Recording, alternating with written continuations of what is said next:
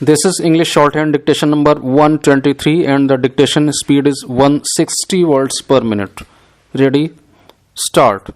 Mr. Deputy Speaker, sir, I would like to take you back to 2008 when the arbitrage, derivatives and leverage-driven economic meltdown completely devastated the global economic order.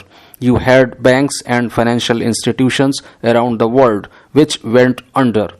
You had banks which had established global reputations and they had to shut shop overnight. Here in India, over a period of 18 years, you built such a sound regulatory system that not a single Indian financial institution collapsed. Not a single Indian bank went under, whether it was in the private sector or in the public sector. This was at a point in time when, for the first time around the world, the economy contracted by 1.3%. After the Second World War, it was the first such occasion when the global economy ever contracted, when 62 million people in Asia alone went below the poverty line as a result of the economic meltdown. India, in terms of its regulation, stood out as the beacon of something which needs to be emulated even by the developed economies of the world. Now, allow me to come to the genesis of this bill and demystify the legalese which surrounds it. The bill has been explained very succinctly by our Honorable Finance Minister. As the Finance Minister very rightly pointed out, they are for regulators in the financial sector. You have the Securities and Exchange Board of India, which looks at capital market. You have the Insurance Regulatory and Development Authority of India, which looks at the insurance sector.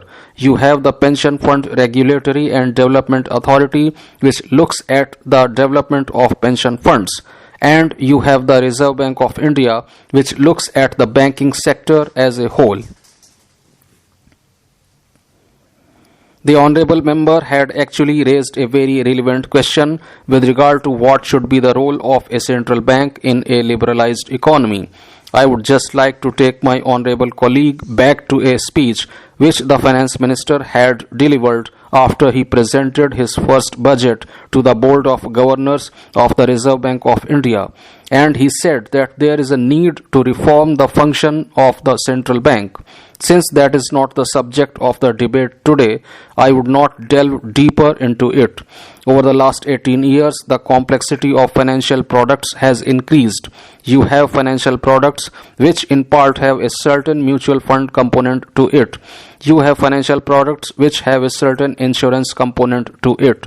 Now, when you have a financial product which is a hybrid, having an insurance component and a financial component to it, who will be the regulator? Theoretically, you can do this hair splitting, but practically, when you come into the market to have a split jurisdiction over a single product, it is going to very badly impact on the efficacy of that product and on the confidence which the investing public has in that particular product. Therefore, there is a need to work out a mechanism as to how different jurisdictions which have a bearing on a particular product can be harmonized so that the investing public has the confidence and regulation continues to remain robust so that the confidence in the Indian security market does not deteriorate. Mr. Deputy Speaker, sir, the Finance Minister explained as to what triggered off this particular legislation. In April, the Securities and Exchange Board of India came out with an order which said that 14 insurance companies would not be allowed to sell the unit-linked productivity schemes. The next day, the Insurance Regulatory and Development Authority came out with another order which said that the directions of Securities and Exchange Board of India should not be followed and these 14 insurance companies can go on functioning and selling these products.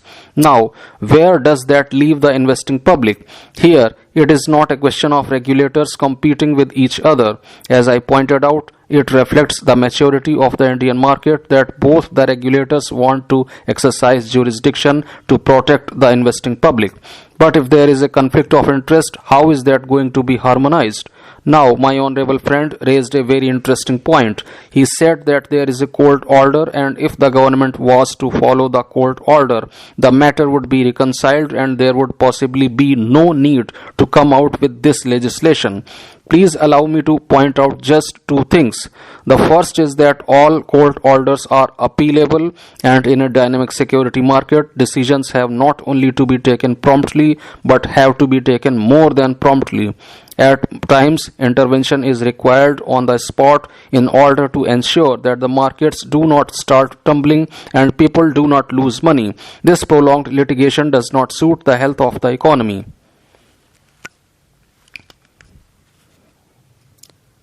The second more important thing is that there is a Supreme Court order which goes back to 1997, and the Supreme Court order very clearly lays down a mechanism that in case there is a conflict between the public sector undertakings, rather than coming to court, the public sector undertakings should first go to a committee of the government which consists of the cabinet secretary and a couple of other secretaries to the government of India.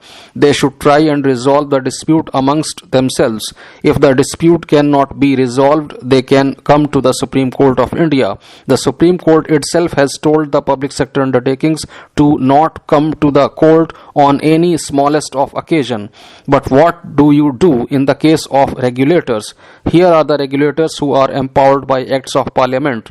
Regulators whose independence has been guaranteed by legislation passed by this House embody and embed that independence. Therefore, if you have to reconcile the dispute between regulators, obviously you have to legislate, and that is precisely what the Finance Minister has done today. He has brought a bill before this House which provides for the mechanism wherein a committee has been proposed in this legislation.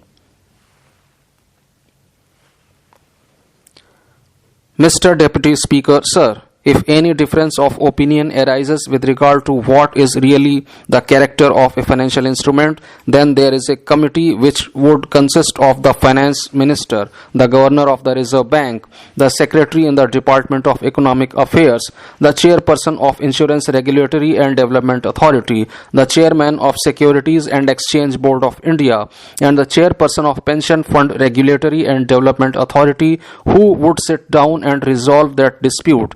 I do not understand as to where the whole conception of a super regulator really comes in. My esteemed colleague raised a very interesting question which really goes to the heart of Indian democracy. It is the question of integrity. No legislation, howsoever robust it might be, howsoever sound it might be, whatsoever loopholes it may plug, can ever be a substitute for the integrity of the person who is charged with the responsibility of implementing it. If you have a person in a seat of office who has a vested interest, then that is a democratic casualty and the nation has to pay the price. The nation has to learn to put proper people to proper jobs so that the responsibility can be discharged with efficaciousness, with a certain sense of discretion which a job as sensitive as this entails.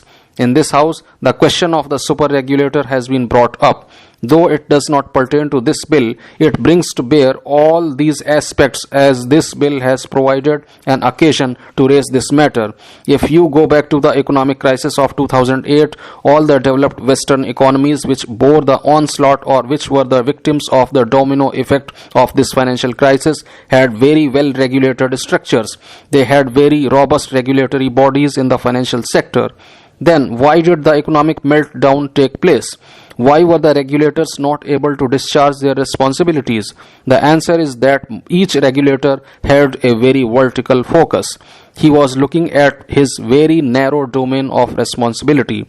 There was nobody stepping back and looking at the macroeconomic picture and trying to plug the loopholes which existed between those regulatory mechanisms.